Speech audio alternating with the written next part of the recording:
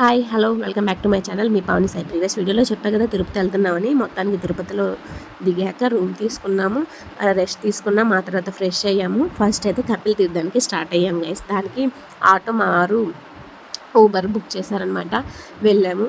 ఆ తర్వాత అక్కడ స్వామివారి దర్శనం చేసుకొని నెక్స్ట్ అలివేలు మంగాపురం వెళ్ళామన్నమాట. అలివేలు మంగాపురంలో మాత్రం ఫుల్ రష్ ఉండే గైస్. ఎంతమంది అంటే చాలామంది ఉన్నారు దర్శనానికి. లిటరల్లీ దర్శనం లేట్ అవుతుందేమో, మళ్ళీ మనం శ్రీనివాస మంగాపురం కూడా వెళ్ళాలి, ఆ తర్వాత కొండ మీదకి వెళ్ళాలి అని చెప్పేసి అని ప్లానింగ్ అనమాట మాది. అన్నీ ఆ రోజే జరగాలి అనేసి. కానీ దేవుడు మాకు చాలా పెద్ద ట్విస్ట్ ఇచ్చాడు గైస్. అలివేలు మంగాపురంలో దర్శనం అయిపోయాక శ్రీనివాస మంగాపురం వెళ్దామని స్టార్ట్ అయ్యాము. మధ్యలో ఆటో వాడు మమ్మల్ని కన్ఫ్యూజ్ చేశాడు.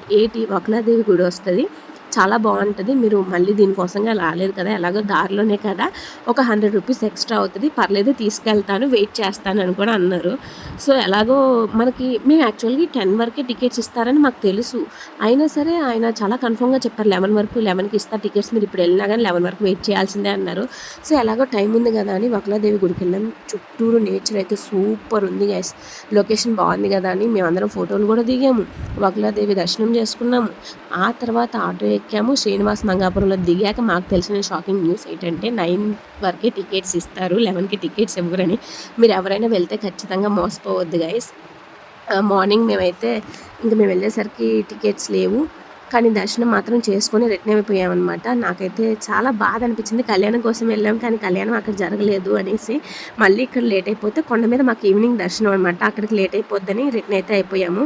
నెక్స్ట్ ఏం జరిగిందో చూడాలనుకుంటే దీన్ని కంటిన్యూషన్ పార్ట్ పోస్ట్ చేస్తాను, అంతవరకు వెయిట్ చేయండి.